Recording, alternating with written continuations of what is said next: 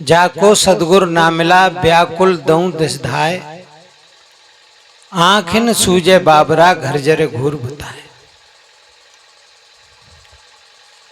जिस प्राणी को सच्चे सदगुरु नहीं मिलते तो क्या बताया है, घर जरे घूर बताए। घर में आग लगी हो और घूर पे पानी डाले। घूर काइस कहते हैं यहाँ पता नहीं। उत्तर प्रदेश में जो घर से कचरा साफ करके और बाहर डाल देते हैं, कहीं रेवड़ियां कहते हैं, कहीं घूर कहते हैं, हाँ कूड़ा। सदगुरु कहते हैं घर में आग लगी है और घूर पे पानी डाल रहे हैं। घर में घूर नहीं होता है, क्या होता है? घर से बाहर होता है। और आग कहाँ लगी है? आग लगी है घर में और पानी कहाँ डाल रहे हैं? घूर पे। अब आग बुझेगी? आग तो नहीं बुझेगी, क्योंकि घर से घूर दूर है। कितना भी डालते रहो पानी, लेकिन आग नहीं बुझेगी। आग तभी बुझेगी जहां आग लगी है पानी वहीं पड़े। समय कितना भी लग जाए, लेकिन एक क्षण आएगा आग बुझ जाएगी, क्योंकि वहीं पर डाला जा रहा है जहां आग लगी है। तो पानी आग को बुझाएगा। लेकिन गड़बड़ बात है, आग कहीं लगी और पानी हम कहीं डाल रहे हैं। प्रिय बंधुओं, डाल रहे हैं उनकी भी कोई गलती नहीं है। किसी ने कहा है, जैसे जाके नदी नबारे तैसे ताके भरका, और जैसे जाके माई बाप हैं तैसे ताके लड़का। जैसे माता पिता होते हैं, अधिकांश बच्ची बच्चा वैसे ही होते हैं। यहां पर बंधुओं जैसा जाको गुरु मिल जाता है, चेला लगभग वैसा ही हो जाता है। जब चेलाई बीड़ी सिगरेट गांजा भांग पी रहा है, गुरु ऐसा काम कर रहा है, तो चेला क्यों नहीं करेगा? प्रिय बंधुओं, चेला गुरु के हिसाब से ही चलता है।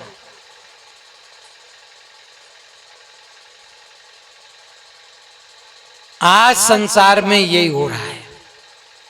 क्या हो रहा है? आप देख रहे हैं, हरिद्वार से, सोरों से, जगह जगह से गंगा में से पानी भर के ले जाते हैं। बड़ी बड़ी दूर लोग ले जाते हैं और कहां डालते हैं? पहाड़ पत्थरों पे। आग कहां लगी है? आग तो घर में लगी है, हृदय रूपी घर में आग लगी है।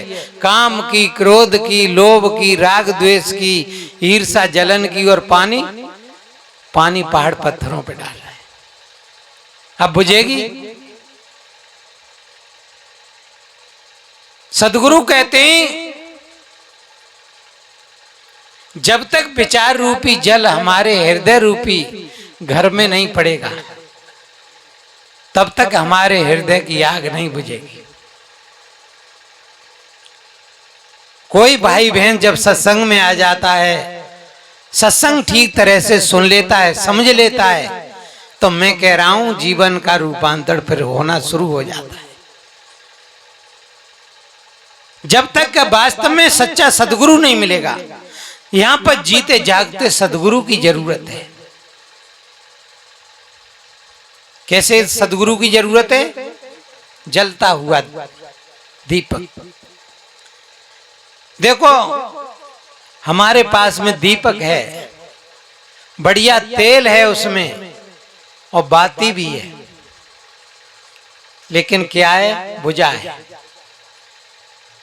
तेल है, बाती है, बढ़िया दीपक है, लेकिन बुझा हुआ है।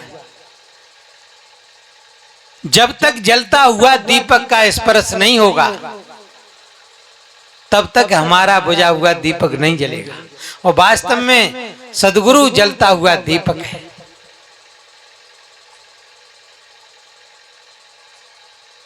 कबीर साहब ने कहा है, मनुष्य जन्म सदगुरु मिलन, मनुष्य जन्म सदगुरु मिलन, मोक्ष इच्छा होए ये तीनों दुर्लभ मिलन। ये बड़े भाग्यशाली को मिलते हैं।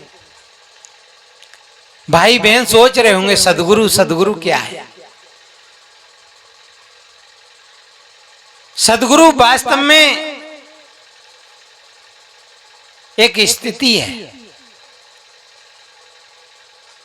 बीत गया सो मुर्दा, आने वाला सपना, वर्तमान में बरतो भाई बस यही है अपना। मर गया मुर्दा, मुर्दा के लिए कितना भी रोवो, मुर्दा जिंदा होगा नहीं होगा? नहीं, कभी कभी कर देते हैं लोग।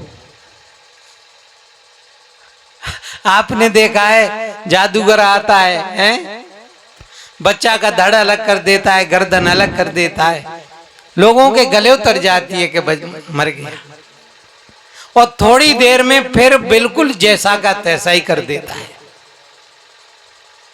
लेकिन बड़ा ईमानदार है, बाद में कह भी देता है कि मैं यदि ऐसा ही डॉक्टर होता तो एक एक रुपया के लिए दरवाजे दरवाजे पे भीख मांगता। किसी सेठ साहूकार के बच्चे को जिंदा कर देता, वही पूरा जीवन के लिए सब कुछ दे देता। लेकिन बंधुओं, वो कहता है मैं करता कुछ हूं, कहता कुछ हूं। आपकी समझ में नहीं आती। मुर्दा कभी जिंदा नहीं होता है। सदगुरु कहते हैं बीत गया सो मुर्दा, आने वाला सपना। इधर आगे की बात कह दी।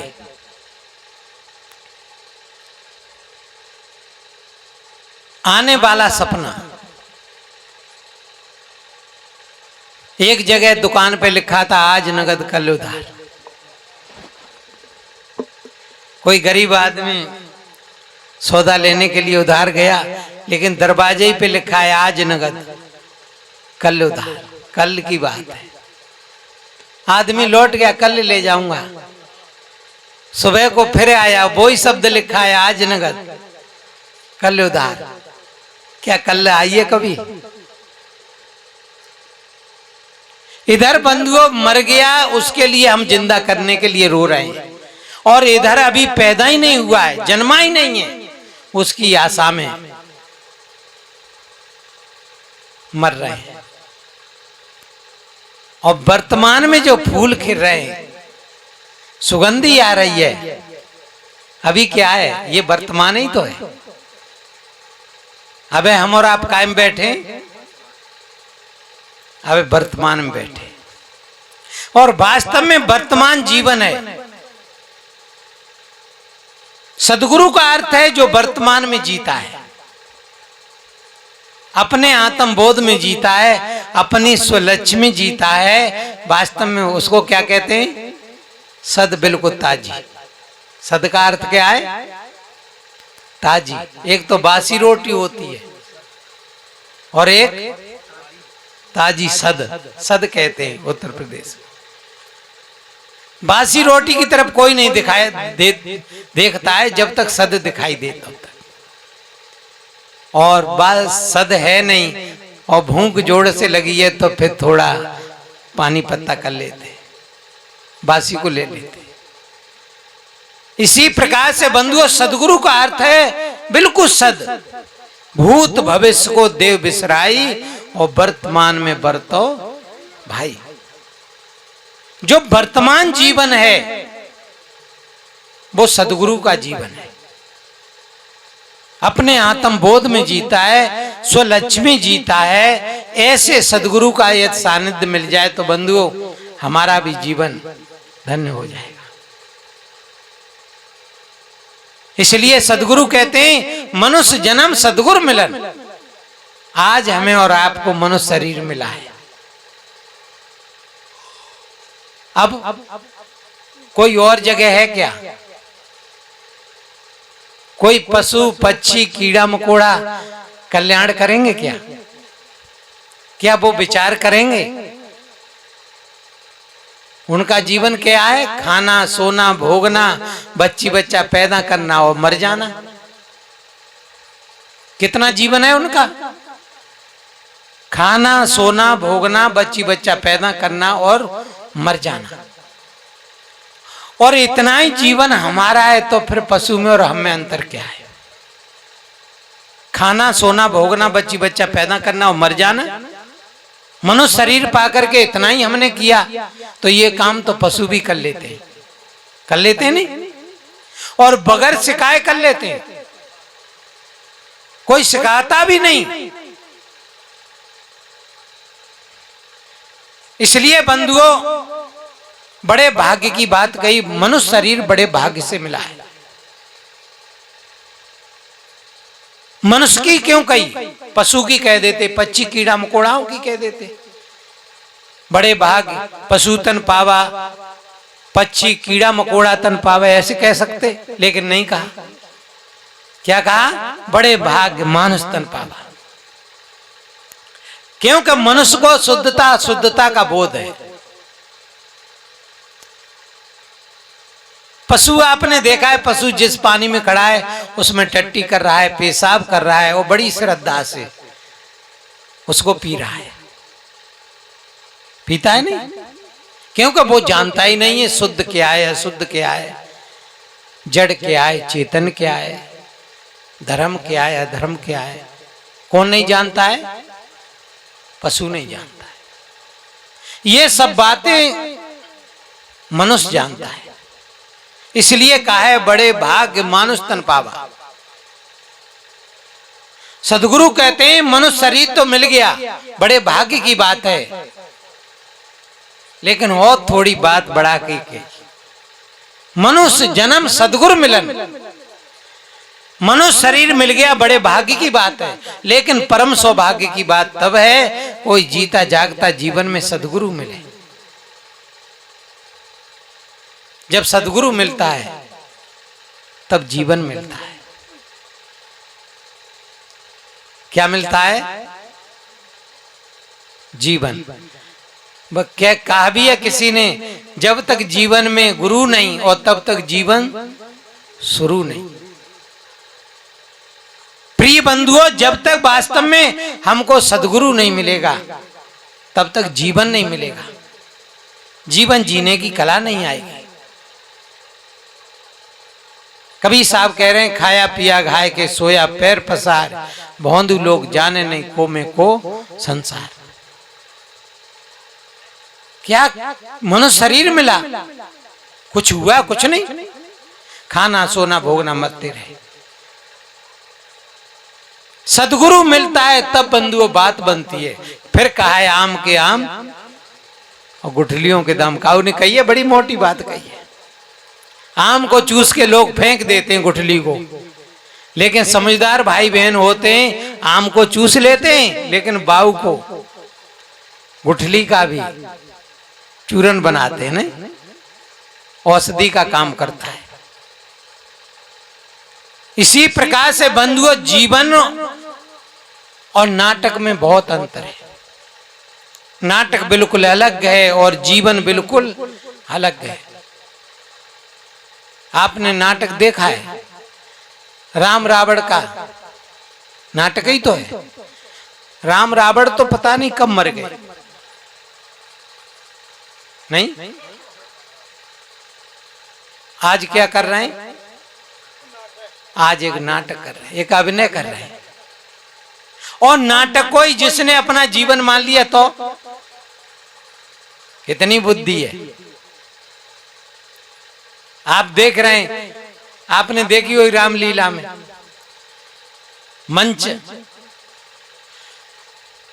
मंच पर रामलीला होती है। और एक जगह की तो बात है, एक लड़का, राम और रावण दोनों लड़का बने थे और दोनों भाई थे। एक राम बना और एक रावण बना, और दोनों भाई, पर बीड़ी पीने की आदत थी। तो राम ने बीड़ी जला ली, जो राम लड़का बना उसने बीड़ी जला ली, पी रहा था। रावण जो लड़का बना वो भी बीड़ी पीता था। उसने कही भैया मेरे को एक सूता लगवाए थे, क्योंकि मेरा समय आ गया स्टेज पे जाने का। बाने कही अब नहीं लगवाऊंगा, क्योंकि मेरा और तेरा आज फैसला होना है, युद्ध चलेगा, अब पूरी तरह से लड़ाई होगी, मैं नहीं दूंगा बीड़ी। बाने बहुत कहा लेकिन नहीं मानी बाने। उसका समय आ गया और रावण स्टेज पर पहुंचा, अपनी तलवार को लहरा रहा है, घूम रहा है स्टेज पे। समय के अनुसार राम भी, उसका भी आ गया समय, वो भी स्टेज पर पहुंचा। प्रिय बंधुओं बोले और फिर युद्ध शुरू हो गया। अब इतना युद्ध, बार बार बाण मारे, अब वो मरे ही नहीं। राम कह रहा है कह रहे मत जा, रामलीला बिगड़ी जा रही है, क्योंकि बाबू को तो समय होता है, बहुत देर रह गई, मर जा जल्दी, रामलीला बिल्कुल बिगड़ी जा रही है। बाने कही नहीं मरूंगा। अब राम कह रहा है कि भैया मत जा, बात बिगड़ी जा रही है। अब इतने कमेटी वाले वो भी जाला वाला पर्दा के इधर उधर छिप रहे कि बहुत देर रह गई, जी तो मामले भी बिगाड़े देता है।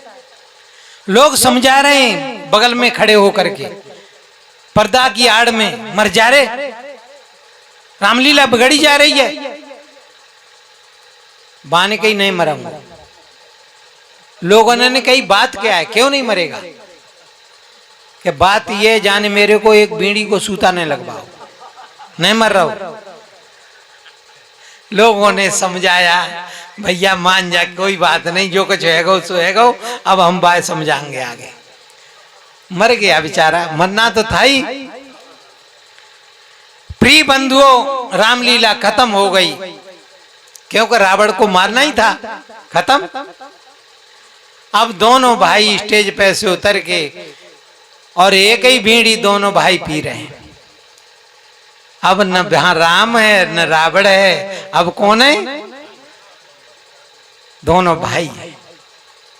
प्रिय बंधुओं हम नाटक को जीवन समझ लेते हैं। नाटक बिल्कुल अलग है, जीवन बिल्कुल अलग है।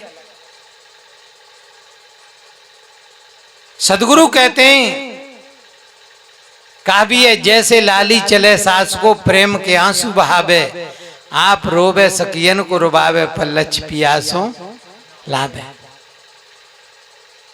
बड़ी मोटी बात है। कोई लड़की जब ससुराल जाती है, शादी होके जाती है,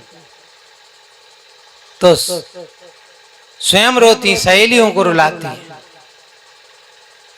और नहीं रोवे नहीं रुलावे तो सहेली कैसी, फिर वे कहेंगी कैसी निर्मोही ने क्यों नहीं आई, तो वही आए तो जरूर करें।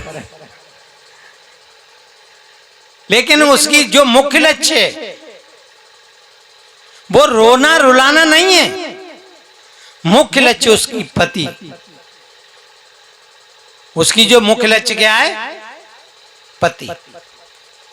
वो तो नाटक है, रोना रुलाना वो सब नाटक है, जीवन पति है।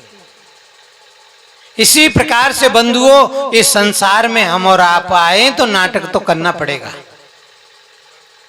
क्या करना पड़ेगा? स्नान करना पड़ेगा, वस्त्र पहनने पड़ेंगे, धोने पड़ेंगे, खेती बाड़ी धंधा रोजगार ये सब कुछ करना पड़ेगा। लेकिन सदगुरु कहते हैं लक्ष्य पियासों लावे। ये सब कुछ करते हुए भी अपनी लक्ष्य कहां जुड़ी रहना चाहिए? अपने में। संतो से समाध भली, गुर प्रताप भयो जा दिन ते सुरत नांत चली। जहां जहां डोलूं सो परिक्रमा, जो कुछ करूं सो पूजा, और जब सोबूं तब करूं दंडवत, भाव मिटाऊं दूजा। आंखन मूंदो, आंखन मूंदो, कानर रोनो, काया कृष्ण धारो, खुले नैन हसस पहचानो, सुंदर रूप निहारो। शब्द निरंतर मनु आ रहा था, मलिन वासना त्यागी, उठत बैठत कभू न छूटे, ऐसी तारी लागी। प्रिय बंधुओं, सदगुरु आपको कुछ छुड़ाता नहीं है, आपको जगाता है। आप अपनी लक्ष्य को पकड़िए। जब तक आप अपनी लक्ष्य को नहीं पकड़ेंगे तब तक कुछ छूटेगा नहीं। क्या नहीं छूटेगा? आपने देखा है जो गोला करने वाली प्रकार, उसका ठीक स्टैंड जम जाए तो गोला बिल्कुल सही हो जाएगा, और स्टैंड नहीं दबा तो फिर गोला सही नहीं होगा। इसी प्रकार से तुम अपनी लक्ष्य को नहीं पकड़ पाए, अपनी लक्ष्य को नहीं जान पाए, अपनी लक्ष्य में नहीं तुमने लगाया कुछ लक्ष्य, तो बात बिगड़ जाएगी। फिर न काम मरेगा, न क्रोध मरेगा, न लोभ मरेगा, कुछ नहीं मरेगा। बस तुम अपनी लक्ष्य पे तो आओ, सब मरा मराया है, कुछ है ही नहीं, मरेगा क्या है? अरे अंधेरा कब तक है? जब तक प्रकाश नहीं है तब तक अंधेरा है, और प्रकाश है तो अंधेरा कहां है? हमारी आंखें बंद हैं तब तक अंधेरा है, और आंखें खुल गई तो। प्रिय बंधुओं, इसी प्रकार से तुम अपनी लक्ष्य में आए हो, सारी बीमारी दूर। और जब तक तुम अपनी लक्ष्य में नहीं आओगे, अपनी निष्ठा में नहीं आओगे, अपने स्वरूप लक्ष्य में नहीं आओगे, तब तक बात बनेगी नहीं। और एक बार बात बन जाए तो मैं कह रहा हूं फिर बात बनी रहेगी। एक बार कैसी भी बन जाए, एक क्षण के लिए बन जाए। आज हम जी रहे हैं, सुबह से शाम तक संसारी बन के जी रहे हैं। कहां जी रहे हैं? संसार के घाटा नफा में जी रहे हैं। आप हजारों कोस दूर चले जाएं, वहां से भी आपको घर दिखाई देता है? देता है नहीं? ये अभ्यास है, ये जन्म जन्म का अभ्यास है, इसी जन्म का नहीं है, जन्म जन्म का अभ्यास है। आपको घर दिखाई देता है, भाई बहन दिखाई देते हैं, स्त्री पुत्र दिखाई देता है, कोठी जमीन जायदाद दिखाई देती है, धन दिखाई देता है, लेकिन क्या नहीं दिखाई देता? ये तो दिखाई देता है, ये तो संसारी प्राणी पदार्थ हैं, ये तो सब दिखाई देते हैं, लेकिन क्या नहीं दिखाई देता है? बस अपने ही को नहीं देख पा रहे। देखने का अर्थ है जानना। कबीर साहब कहते नहीं, बहुत दुख दुख दुख की खानी, और तब बच्चों जब राम जानी। राम को जानने की बात है। अब राम कौन सा राम? दशरथ बेटा राम की बात कही जाती है कि ऊपर आकाश पाताल में राम। प्रिय बंधुओं, कबीर साहब कहते हैं, हृदय बसे ते राम न जाना। कहें कबीर खोजे आसमान। जो हृदय में विराजमान है, आंख से देख रहा है, कान से सुन रहा है, यही तो राम है। कौन सुन रहा है? कौन देख रहा है? कान नहीं सुनता है, आंख नहीं देखती है, आंख के भीतर कोई है देखने वाला, कान के भीतर कोई है सुनने वाला, और वो निकल जाता है तो आंख रहती है, कान रहते हैं। फिर मुर्दा कहीं सुनता है, देखता है? आंख है, कान है, क्योंकि देखने सुनने वाला वो अब नहीं। प्रिय बंधुओं, बस आप किसी भी प्रकार से, किसी सदगुरु के माध्यम से आप अपने में जागृत हो जाएं। आप जूता पहने, मैं बहुत बड़ी छोटी बात कहता हूं, आप जूता पहने तो बड़ी लक्ष्य से पहने, बड़े होश में पहने, जूते ही पहने। लेकिन हम जूता पहनते हैं, पता ही नहीं लगता है, जूता 10-5 पैर हम रख लेते हैं, तब कहूं सेट बैठत हुए जी पहनना है जूता। मैं कह रहा हूं कोई भी आप क्रिया करें बड़े होश में करें, अपनी लक्ष्य में आकर के करें। आप देखना कुछ ही समय में आपके जीवन में रूपांतर शुरू हो जाएगा और आपकी ये लक्ष्य तो बढ़ जाएगी। क्या हो जाएगा?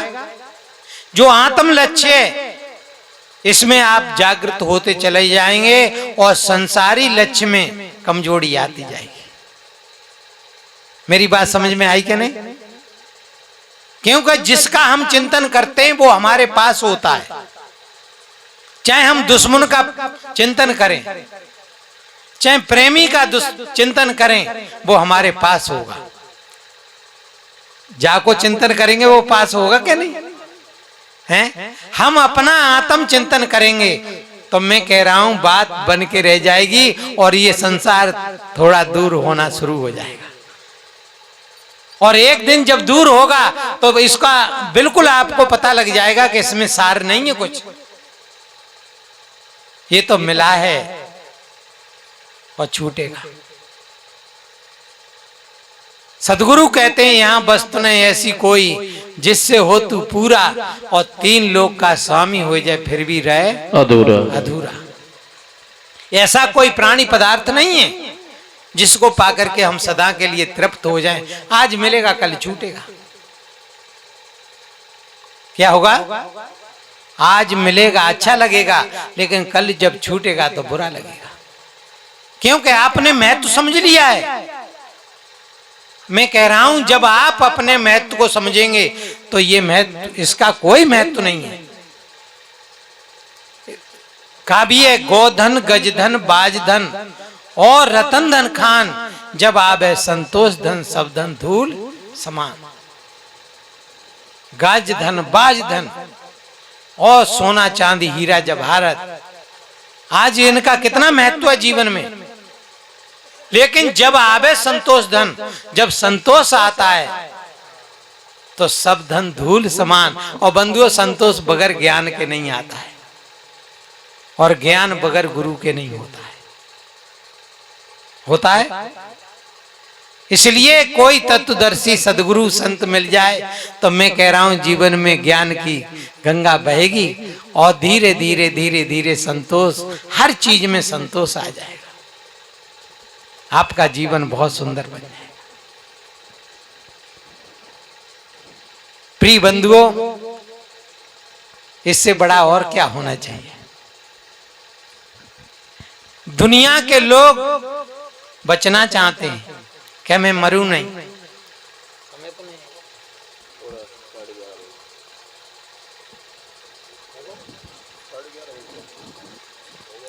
हाँ तो कोई बात नहीं।